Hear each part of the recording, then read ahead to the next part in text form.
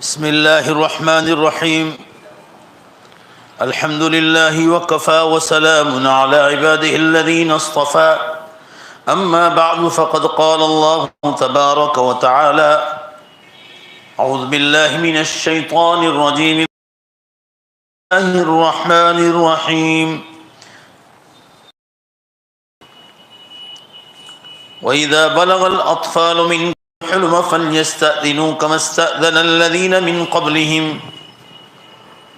وعن أنس رضي الله تعالى عنه مرفوعا: أحب الأسماء إلى الله تعالى عبد الله وعبد الرحمن والحارث. حضرت انس رضی اللہ عنہ فرماتے ہیں کہ اللہ تعالیٰ کو سارے نام مسلمانوں کے پسند ہیں جو اسلامی نام، مگر سب سے زیادہ پسندیدہ اللہ کو 3 نام، اور 3 میں بھی 2۔ وہ 3 نام کون کون سے ہیں؟ عبداللہ و عبد الرحمن۔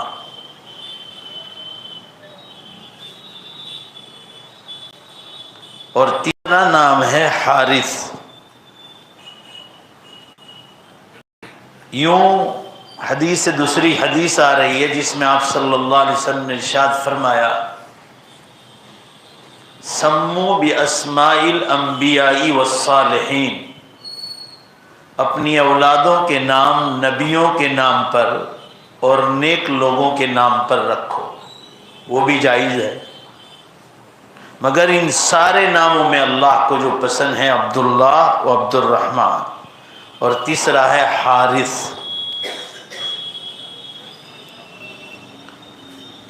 ایک اور حدیث آ رہی ہے عبد الوہاب بن بخت مرفوعا: خیر الاسماء عبداللہ و عبد الرحمن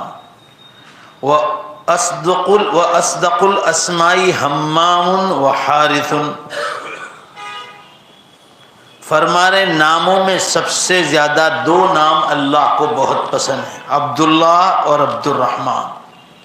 اس کے بعد ناموں میں سب سے سچے نام ہیں حمام اور حارث۔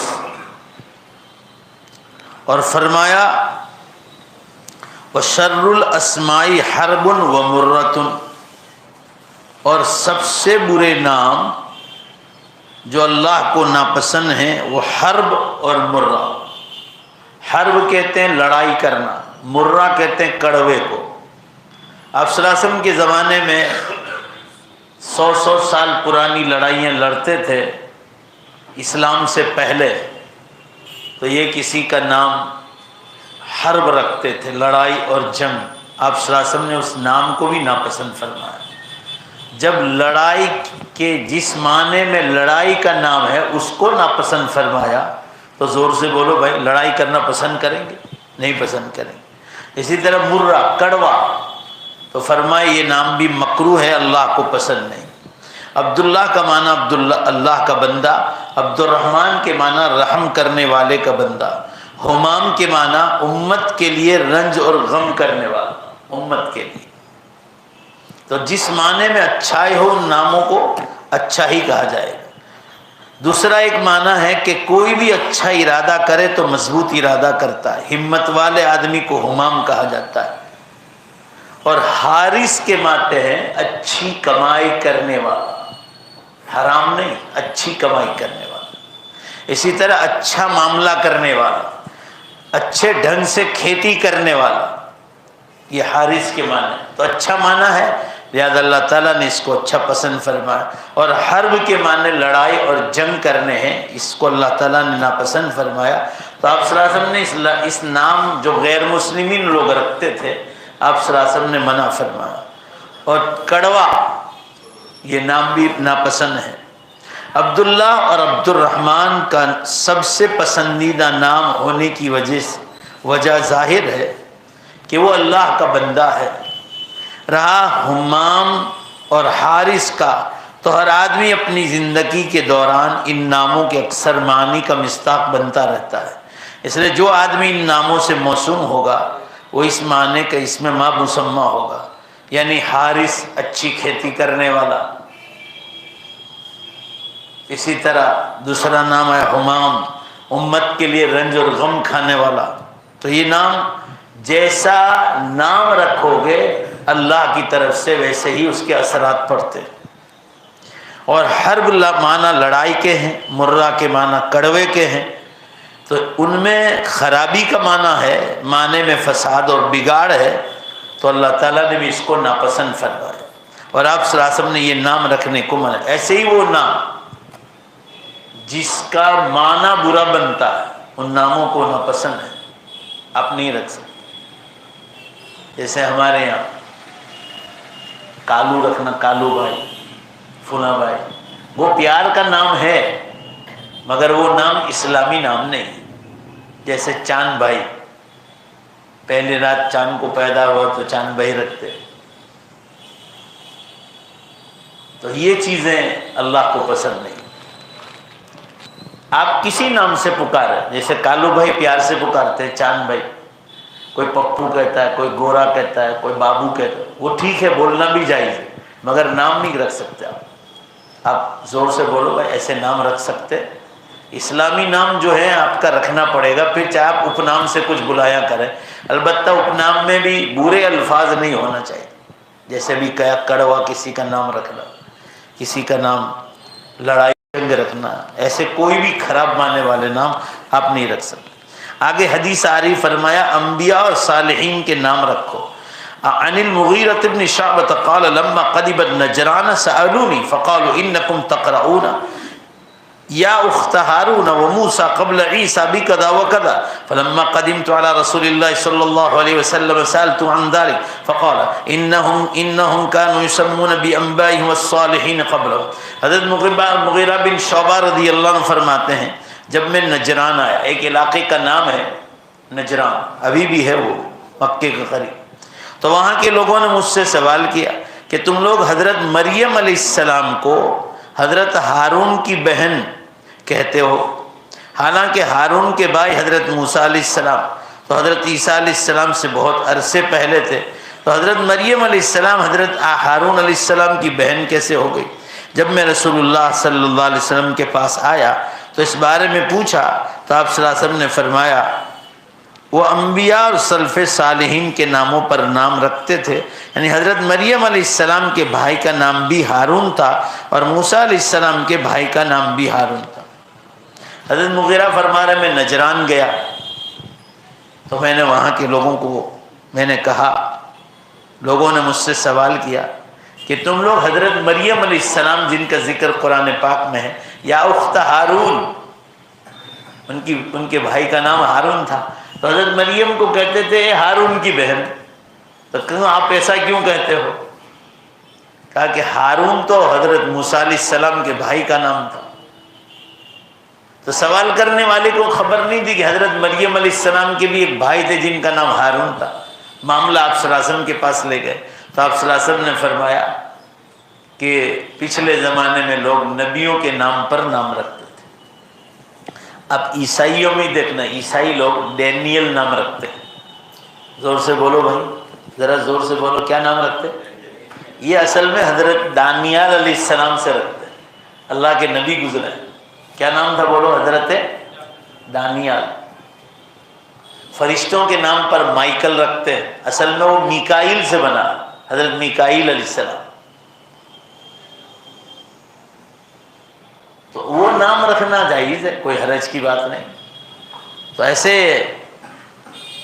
حضرت مریم کو اخت ہارون کہتے تھے کہ حضرت ہارون کی جو ہے بہن ہے، وہ حضرت ہارون دوسرے تھے۔ اللہ تعالیٰ نے قرآن مجید میں حضرت مریم علیہ السلام کو ہارون کی بہن کہا ہے، اور دوسرے قرآنی مقامات میں حضرت ہارون علیہ السلام کو دوسری جگہوں پر حضرت موسیٰ علیہ السلام کا بھائی بتلایا، تو حضرت موسیٰ علیہ السلام کے بھائی کا نام بھی ہارون تھا اور یہ حضرت مریم کے بھائی کا نام بھی ہارون تھا، اور حضرت مریم علیہ السلام کے درمیان تقریباً 11-12 صدیوں کا فاصلہ ہے۔ حضرت موسیٰ اور حضرت مریم کے بیچ میں 11 سے 12 صدیوں کا فرق ہے، دونوں کے بھائی الگ الگ تھے، نام دونوں کا حضرت ہارون تھا۔ تو حضرت مریم حضرت ہارون کی بہن کیسا ہوئی؟ جواب یہ دیا گیا کہ اس وقت کے لوگ اپنے بچوں کے نام نبیوں کے نام پر رکھتے تھے، اسی عادت کو سامنے رکھتے ہوئے حضرت مریم کے بھائی کا نام بھی ہارون رکھا گیا تھا۔ حضرت مریم کو ان کی بہن کہا گیا، تو حضرت ہارون کے بھائی تھے، ان کے نام پر بھائی کا نام رکھا تھا۔ تو آپ ایسا نام رکھنا جائز ہے؟ تو اتنے فیشنیبل نام آ رہے ہیں کہ اسلامی نام ہی نہیں، اس میں اسلامی نام ہی نہیں پائے۔ ابھی ایک صاحب آئے تھے تو لڑکی کا نام رکھا تھا فلک۔ فلک تو آسمان کو کہتے ہیں۔ میں نے کہا نبیوں کا نام رکھو، نبی کی بیویوں کے نام رکھو، صحابہ کی بیویوں کے نام رکھو، جیسا نام ہوگا اس کے بعد اس کے اچھے اثرات پڑتے ہیں۔ حضرت جابر بن عبداللہ سے رضی اللہ عنہ فرمانا، سمع النبی صلی اللہ علیہ وسلم یقول ان عشت ان شاء اللہ زجرت ان يسمى برکة ونافعة وافلاح فلا ادری قال افلح او لا فقبض النبی صلی اللہ علیہ وسلم لم يزجر عن ذلك۔ حضرت جابر بن عبداللہ رضی اللہ عنہ سے روایت ہے، یہ دوسری حدیث ہے، انہوں نے نبی اکرم صلی اللہ علیہ وسلم کو فرماتے ہوئے سنا، اللہ تعالیٰ نے چاہا اور میں زندہ رہا تو ان ناموں سے روک دوں گا، ان ناموں سے روک دوں گا، برکت، نافع اور افلاح۔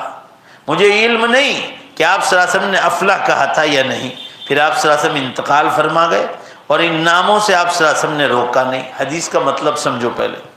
دراصل حضرت سیدنا جابر رضی اللہ عنہ، جابر بن عبداللہ کو اس حدیث کا علم نہ ہو سکا، اس میں آپ صلی اللہ علیہ وسلم نے ان ناموں سے حتمی طور پر منع کر دیا تھا، جیسا کہ سمرہ بن جندب رضی اللہ عنہ کہتے رسول اللہ صلی اللہ علیہ وسلم نے فرمایا لا نسمی غلامک رباحا ولا افلح ویسار ولا نجیح الذقول ثم فیقال لا۔ میں آپ کو سمجھاتا ہوں بعد میں۔ اپنے بچے کا نام رباح، افلح، یسار اور نجیح نہ رکھو، کیونکہ پوچھا جاتا ہے کہ کیا وہ یہاں ہیں؟ جواب میں کہا جاتا نہیں۔ بہت حدیث میں بہت قیمتی بات بتلائی گئی کہ برکت، کسی کا نام برکت مت رکھو۔ آپ صلی اللہ علیہ وسلم نے کیوں فرمایا؟ کہ اس کا اثر پڑتا ہے بعض مرتبہ۔ آپ صلی اللہ علیہ وسلم نے فرمایا، آپ صلی اللہ علیہ وسلم سے پوچھا صحابہ نے کہ اللہ کے رسول برکت کیوں منع فرما رہا ہے؟ تو فرمایا کہ اگر آپ نے بیٹے کا نام برکت رکھا اور کسی نے آ کر پوچھا یہاں برکت ہے اور وہ نہیں ہے، وہاں پر لڑکا نہیں تھا وہاں، تو وہ کہا کہ برکت نہیں، تو فرمایا کہ الفاظ کا بھی اثر اس پر پڑتا ہے۔ اگر اس مقام پر برکت ہوگی اور آپ نے نہیں کہا تو اللہ تعالیٰ اس کو اٹھا لے۔ بھائی ذرا زور سے بولو نا، میری بات سمجھ میں آ رہی ہے آپ؟ تو جو رکھنے کا حکم ہے وہ رکھ سکتے آپ۔ یوں کہا افلاح، کامیابی کے معنی میں آ کر پوچھا کہ بھائی افلاح ہے گھر میں؟ کہ افلاح نہیں ہے، تو معنی کیا اس کا؟ کامیابی، کامیابی نہیں ہے۔ تو آپ صلی اللہ علیہ وسلم نے فرمایا اس وقت معنی بدل جاتا ہے، تو فرمایا کہ یہ چیزوں سے بچنا چاہیے۔ اسی طرح ربا، ربا کہتے ہیں نفع کو، نافع، نفع پہنچانے والا۔ کسی نے آ کے پوچھا ربا ہے یہاں، فائدہ ہے نفع؟ کا نہیں ہے، تو فرمایا کہ ظاہر کا اثر باطن پر پڑتا ہے۔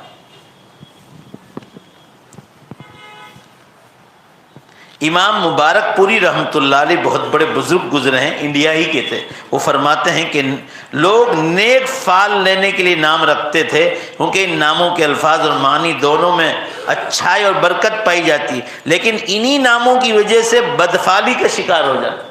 برکت نہیں ہے تو بدفالی ہو گئی۔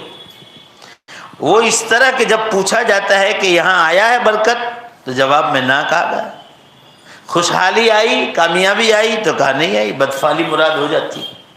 اور خوشحالی سے ناامیدی، لوگوں کو اس برے گمان اور خیر و برکت اور ناامیدی سے بچانے کے لیے آپ صلی اللہ علیہ وسلم نے سیرے سے ایسے نام رکھنے سے منع فرمایا۔ ذرا آپ جواب دو تو میں آگے چلوں۔ بھائی بات سمجھ میں آ رہی نا؟ اس لیے منع کی کہ اس سے بدفالی مراد لیتے ہیں لوگ۔ برکت ہے کہ نہیں ہے، نفع ہے نہیں ہے، کامیابی ہے نہیں ہے، فرمایا اس کو بھی اللہ نے پسند نہیں فرمایا، لہذا فرمایا اچھے، اس سے بھی اچھے نام رکھو، کیونکہ اس سے الٹا معنی مراد لیتے ہیں لوگ۔ عبد الوہاب بن بخت رضی اللہ عنہ سے روایت ہے، نبی اکرم صلی اللہ علیہ وسلم نے ارشاد فرمایا، یہ وہی دوسری بار یہی حدیث آئی، عبداللہ اور عبد الرحمن اللہ کو سب سے زیادہ پسند ہے، اور حمام اور حارث بھی سچے نام ہیں، اور سب سے برے نام لڑائی اور کڑوا نام ہے۔ آگے حضرت عائشہ رضی اللہ عنہا کی روایت آئی ہے، رسول اللہ صلی اللہ علیہ وسلم کے سامنے ایک آدمی جسے شہاب کہا جاتا تھا کا تذکرہ آیا، شہاب نام کے آدمی کا۔ آپ صلی اللہ علیہ وسلم نے اس کا نام بدلتے ہوئے فرمایا کہ آپ شہاب نہیں ہیں، آپ تو ہشام ہیں۔ شہاب کے معنی آگ سے دہکتا ہوا انگارہ، آگ کا جلتا ہوا انگارہ۔ اب بولو بھائی یہ اچھا معنی ہے، زور سے بولو نا۔ نہیں، تو آپ صلی اللہ علیہ وسلم نے فرمایا نہیں، آپ آگ کا انگارہ نہیں ہے، بلکہ فرمایا آپ صلی اللہ علیہ وسلم نے آپ تو ہشام ہیں، ہشام۔ اور ہشام کے معنی ہے سخاوت کرنے والا، سخاوت کرنے والا۔ لفظ شہاب کے الگ الگ معنی آتے ہیں، تو بعض معنی مناسب نام ہے۔ حضرت عائشہ رضی اللہ عنہا فرماتی ہیں ایک دوسری حدیث، ایک بوڑھی عورت نبی اکرم صلی اللہ علیہ وسلم کے پاس آئی جبکہ آپ صلی اللہ علیہ وسلم میرے پاس تھے۔ حضرت عائشہ فرماتی ہے کہ آپ صلی اللہ علیہ وسلم کی باری میرے گھر پر تھی، اور اتنے میں ایک بوڑھی عورت آئی۔ رسول اللہ صلی اللہ علیہ وسلم نے ان سے پوچھا آپ کون ہیں؟ اس نے کہا میں جسامہ مزنی ہوں۔ اس عورت نے نام بتایا، جسامہ المزنی، مزنی خاندان ہے وہاں۔ آپ صلی اللہ علیہ وسلم نے فرمایا تو جسامہ نہیں ہے، حسانہ ہے تو مزنی۔ تم کیسی ہو، تمہارا کیا حال ہے؟ آپ نے خیریت پوچھی۔ ہمارے بعد تم کیسے ہو؟ اس نے کہا اے اللہ کے رسول صلی اللہ علیہ وسلم میرے ماں باپ آپ پر قربان ہو، میں خیر اور عافیت کے ساتھ رہی۔ جب وہ چلی گئی تو حضرت عائشہ فرماری میں نے پوچھا کہ اللہ کے رسول صلی اللہ علیہ وسلم آپ اس بڑھیا پر اس قدر توجہ دیتے ہیں، اس طرح آپ نے اس طرح اچھی طرح سے بات کی بوڑھی عورت کے ساتھ؟ تو آپ صلی اللہ علیہ وسلم نے فرمایا کہ حضرت خدیجہ جب حیات تھی رضی اللہ عنہا تو ان کے زمانے میں یہ میرے پاس آیا کرتی تھی، اور فرمایا یہ خدمت میں لگ جاتی تھی، اور اس قسم کے آدمی کا آنا اچھا خیال رکھنا کہ یہ آپ کہ میں نے ان سے ساتھ کیوں اچھی بات کی۔ فرمایا عائشہ یہ بھی ایک ایمان کا حصہ ہے کہ حضرت خدیجہ رضی اللہ عنہا جب زندہ تھی تو ان کی سہیلی بن کر وہ ان کے پاس آ کر بیٹھا کرتی تھی، اور میں جتنی حدیثیں بیان کرتا تھا یا دین کی بات حضرت خدیجہ ان کو بیان کرتی تھی، تو وہ میری خبر پوچھنے آئی کہ اللہ کے رسول صلی اللہ علیہ وسلم کیسے، تو میں نے اس کی بھی خیریت پوچھی۔ اب وہ بوڑھی ہو گئی تھی تو حضرت عائشہ نے پوچھا اللہ کے رسول یہ کون ہے کہ آپ نے اتنی زیادہ اس کی خیریت پوچھی؟ تو فرمائے حضرت خدیجہ کے ساتھ میرا سب سے پہلا نکاح ہوا رضی اللہ عنہا، تو ان کے پاس وہ آ کر بیٹھا کرتی تھی، اور میں اپنے الگ روم میں ہوتا تھا، اور میں جو دین کی بات حضرت خدیجہ کو پہنچاتا تھا یہ ان کو پہنچاتی تھی۔ تو فرمایا اے عائشہ ایسے سوال نہ کرو جس سے کوئی برا سمجھے، یہ جو ہے یہ آئی ہے میرے پاس محبت کے ساتھ، یہ بھی ایمان کا حصہ ہے، میرے ہاتھ پر یہ ایمان لائی۔ بھائی ذرا زور سے بولو نا، بات سمجھ میں آ رہی ہے آپ کو؟ جی، تو کسی سے اچھی سے بات کرنا، بے شک زور سے بولو یہ بھی ایمان کا حصہ ہے۔ زور سے بولو نا، کس کا حصہ ہے؟ ایمان کا حصہ ہے۔ تو آپ صلی اللہ علیہ وسلم نے اس بوڑھی عورت کے ساتھ جو ہے بہت اچھا معاملہ کیا۔ اب اس کا نام جسامہ تھا۔ جسامہ کے معنی سست معنی، عربی میں اس کا معنی اچھا نہیں بنتا تھا، تو آپ صلی اللہ علیہ وسلم نے فرمایا حسانۃ، وہ دیکھنے میں بہت اچھی تھی، تو فرمایا کہ آپ سست نہیں ہو، آپ تو خوبصورت ہو، کام میں بھی خوبصورت ہیں، آپ چست ہیں، یہ معنی، آپ سست نہیں بلکہ زور سے بولو بھائی آپ کیا ہے، کام میں بھی چست ہیں اور خوبصورت ہیں۔ تو آپ صلی اللہ علیہ وسلم نے ان کی تعریف بیان فرمائی، اور یہ بوڑھی عورت تھی۔ علامہ رحمۃ اللہ علیہ فرماتے ہیں کہ برے معنی والے اور اچھے معنی پر دلالت کرنے والے اور گالی کا معنی دینے والے نام رکھنا جائز نہیں، اگرچہ ایسے نام اشارے ہوتے ہیں کہ جن میں معنی کا خیال نہیں رکھا جاتا، لیکن مکروہ اس وجہ سے ہے کہیں ایسا نہ ہو کہ یہ نام سننے والا یہ گمان کرنے کہ یہ حقیقت میں اس آدمی کی صفت ہے۔ جیسے مثال کے طور پر یہ عورت کا نام جسامہ، سست، فرمایا پیڑھی در پیڑھی پھر چلتا رہے گا، کوئی کہے کہ یہ آدمی حقیقت میں سست ہوگا اس لیے اس کا ماں باپ نے اس کا نام سست رکھا ہے، تو فرمایا غلط باتیں پھیلتی ہے، اس لیے آپ صلی اللہ علیہ وسلم نے ایسے ناموں کو منع فرمایا۔ فرمایا آپ تو خوبصورت بھی ہو اور چست بھی ہو، کام میں چست ہے، فرمایا جیسے نام رکھو گے ویسے اس کے اثرات پڑیں۔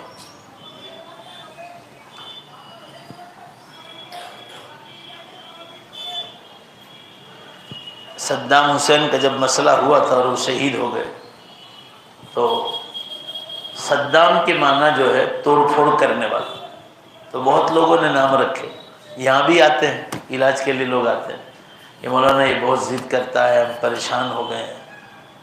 آج بھی ایک بیٹی کو لے کر آئے تھے، 7-8 برس کی تھی، ماں باپ اتنے اچھے گھرانے والے، تو نام ہی برابر نہیں تھا، تو میں نے کہا نام بدلو، نام کا اثر ہے۔ نام بھی بتایا تھا، اس کا معنی یہی تھا غصے والے، تو میں نے کہا نام بدلو پہلے، اس کے بعد علاج کریں۔ نام کا اثر ہوتا ہے۔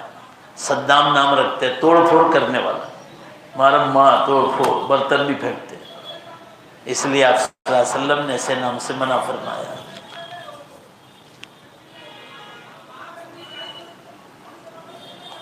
اس حدیث سے یہ بات بھی معلوم ہو گئی کہ پرانے تعلقات کا لحاظ کر کے لوگوں کے ساتھ حسن سلوک سے پیش آنا۔ آہا کتنی پیاری بات کہی آپ صلی اللہ علیہ وسلم نے۔ وہ جو بوڑھی عورت آئی تھی اس کے ساتھ اچھی طرح بات چیت کی، آپ کیسے ہیں، آپ کی طبیعت کیسی رہی حضرت خدیجہ کو چھوڑنے کے بعد؟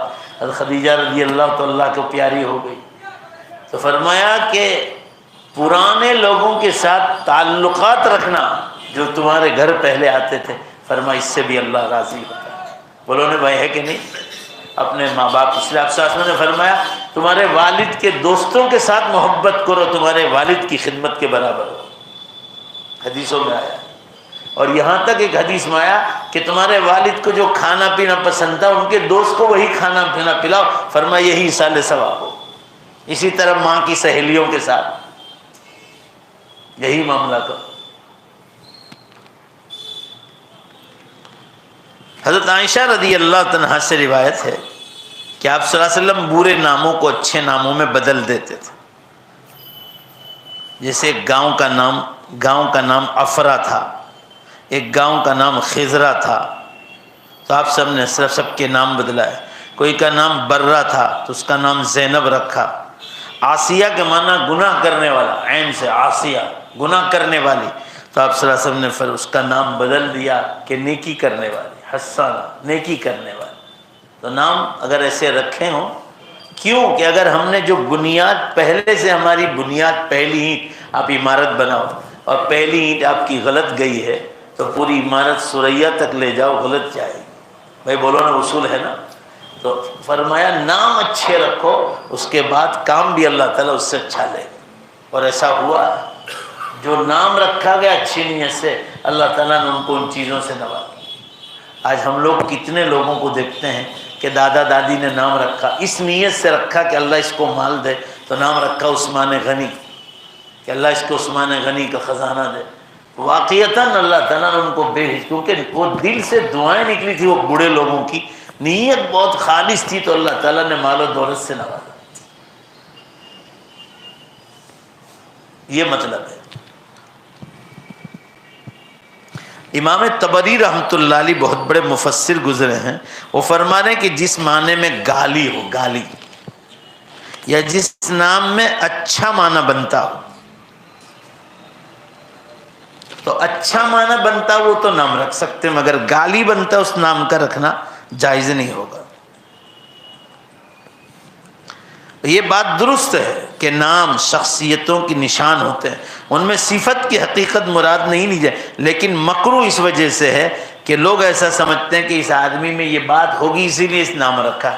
جیسے سست آیا، ایک آدمی کا نام سست، وہ بوڑھی عورت آئی تھی جسامہ، اس کا معنی جو ہوتا ہے سست۔ آپ صلی اللہ علیہ وسلم نے فرمایا آپ سست نہیں ہو، آپ تو چست ہو۔ تو آپ نے جیسا برا نام تھا فوراً بدل دیا۔ تو نام کا اثر باطن پر بھی پڑتا ہے۔ اہل حدیث کے ایک عالم گزرے ہیں بہت بڑے، علامہ البانی، وہ فرماتے ہیں کہ بہت سارے ایسے نام لوگ رکھتے ہیں جو حقیقت میں اچھے نام نہیں ہوتے، اور وہ پھر جب اچھے نہیں ہوتے تو اللہ کو کیسے پسند ہو سکتے۔ بہرحال یہ ناموں کے متعلق آپ صلی اللہ علیہ وسلم نے یہ چیزیں ارشاد فرمائی۔ آگے کی حدیث آ رہی حضرت عبداللہ بن عباس رضی اللہ عنہ کہ حضرت جویریہ کا اصل نام برہ تھا، آپ صلی اللہ علیہ وسلم نے اس کو بدل کر جویریہ نام رکھا۔ آپ ناپسند کرتے تھے کہ یہ کہا جائے کہ آپ برہ کے پاس سے نکلے ہیں، کیونکہ برہ کے معنی نیکی اور نیک صالح کے، اس لیے آپ صلی اللہ علیہ وسلم ناپسند کرتے تھے کہ کہا جائے کہ نیکی کے پاس سے نکل چکے ہیں، یعنی جیسے برہ کے معنی نیکی ہے۔ ایک صحابیہ کا نام برہ تھا، کسی نے پوچھا آپ کہاں سے نکلے؟ کہا برہ کے پاس سے، نیکی کے پاس سے خارج ہو گئے ہم، یعنی اب نیکی کے پاس نہیں جائیں گے، نیکی کے پاس سے خارج ہو گئے۔ تو فرمایا وہ معنی برا بنتا ہے، کل اٹھ کر دوسری پیڑھی اس کا معنی خراب نہ لے، تو آپ صلی اللہ علیہ وسلم نے محبت کرنے والی یہ فرمایا، نام بدلے۔ بس اتنا یاد رکھنا ہے کہ ہمیشہ عالموں سے پوچھنا چاہیے۔ بہت لوگ عالموں کو پوچھے بغیر نام ایسے ہی رکھ لیتے ہیں، یہ چیز صحیح نہیں، پوچھنا چاہیے، کیونکہ یہ عالموں کا ہی کام ہے۔ 8-10 وہ نام دیں گے، پھر اس میں پسند کر لو۔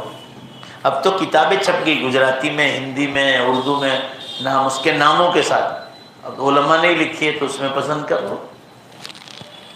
انہوں نے جتنے برے نام تھے سب کو کاٹ کے پھینک دیا، سماج میں جتنے بھی تھے۔ آپ صلی اللہ علیہ وسلم کے پاس جب بھی کوئی آدمی آتا اور اس کا نام آپ کو ناپسند ہوتا تو آپ اس کا نام بدلتے تھے۔ حضرت عائشہ رضی اللہ عنہا فرماتی ہے جب آپ صلی اللہ علیہ وسلم کوئی برا نام سنتے تو اس کو بدل دیتے۔ آپ صلی اللہ علیہ وسلم ایک گاؤں کے پاس سے گزرے جس کا نام عفرہ تھا، اس کا نام آپ نے خضرہ رکھا۔ کیوں بھائی بدلا؟ عفرہ کا معنی تھا مٹیالے رنگ والا۔ مٹیالہ رنگ کیا مطلب؟ صرف مٹی مٹی نظر آئے، یعنی قحط سالی کی طرف، دکال کی طرف اشارہ۔ تو آپ صلی اللہ علیہ وسلم نے فرمایا اس کا نام خضرہ رکھو، سبزہ زار، ہمیشہ تر و تازہ رہے یہ گاؤں۔ تو آپ صلی اللہ علیہ وسلم نے اس گاؤں کا نام بدلا کہ عفرہ کو خضرہ رکھا۔ چلیے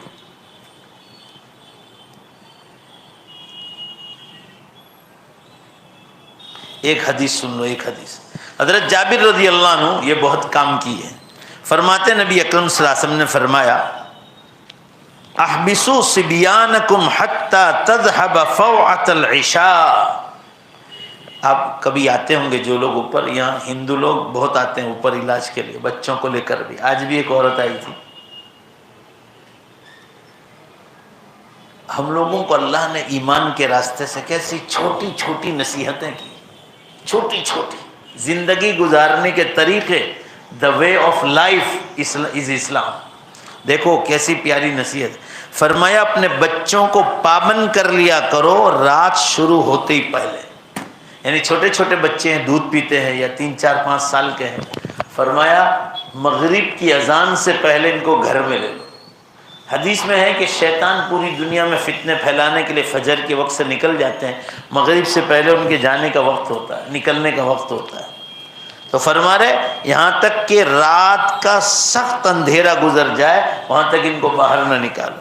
فرمایا آپ صلی اللہ علیہ وسلم نے فرمایا فَإِنَّهَا سَاعَةٌ تَخْتَرِقُ فِيهِ الشَّيْطَانُ، فرمایا اس میں وہ گھڑی ہے جس میں شیطان ان پر نظر ڈالتے ہیں۔ اب ذرا پورا مجمع زور سے بولو بھائی، یہ حدیث غیر مسلموں کو خبر ہوگی؟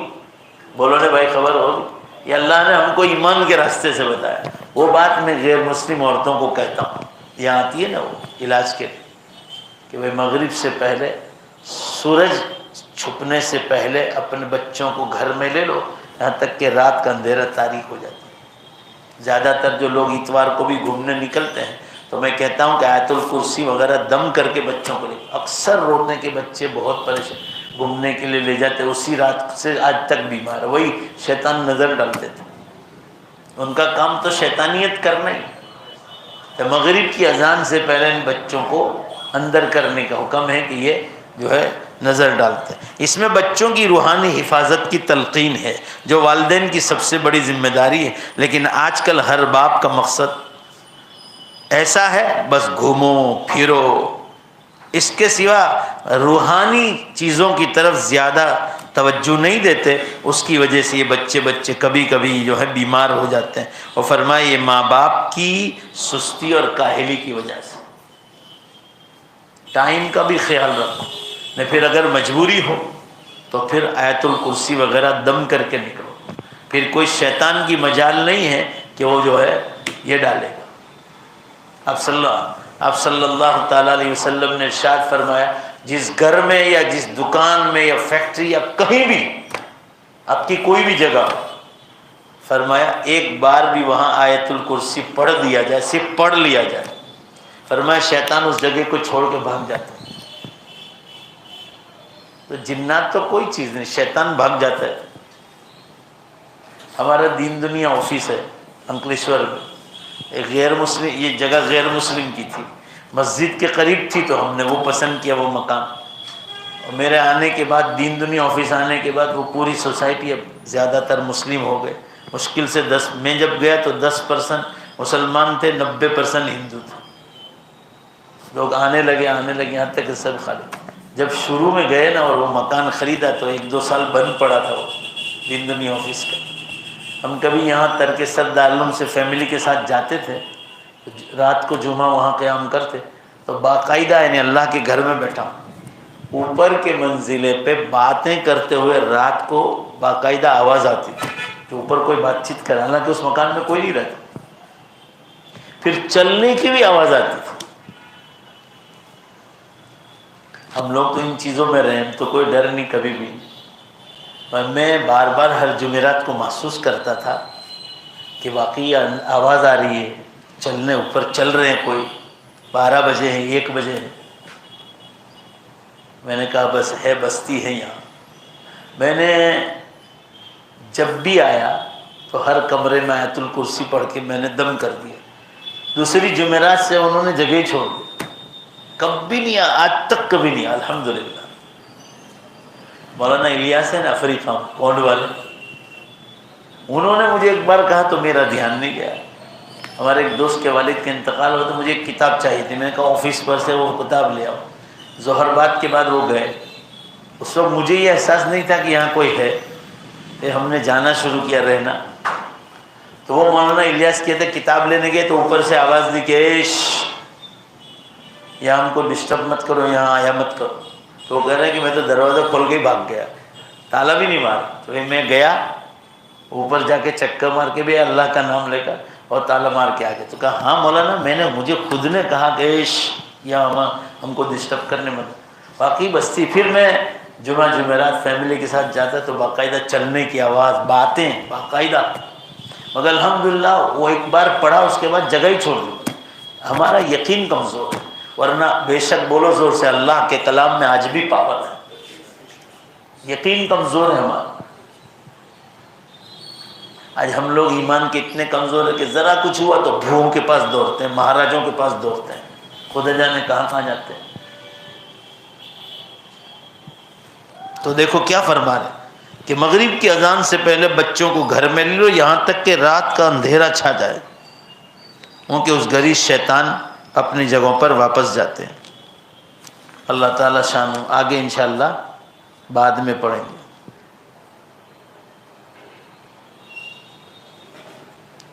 اللہ تعالیٰ ہمارے بیٹھنے کو قبول فرمائے اور ہمارے سب کے لیے آخرت کے نجات کا ذریعہ بنائے۔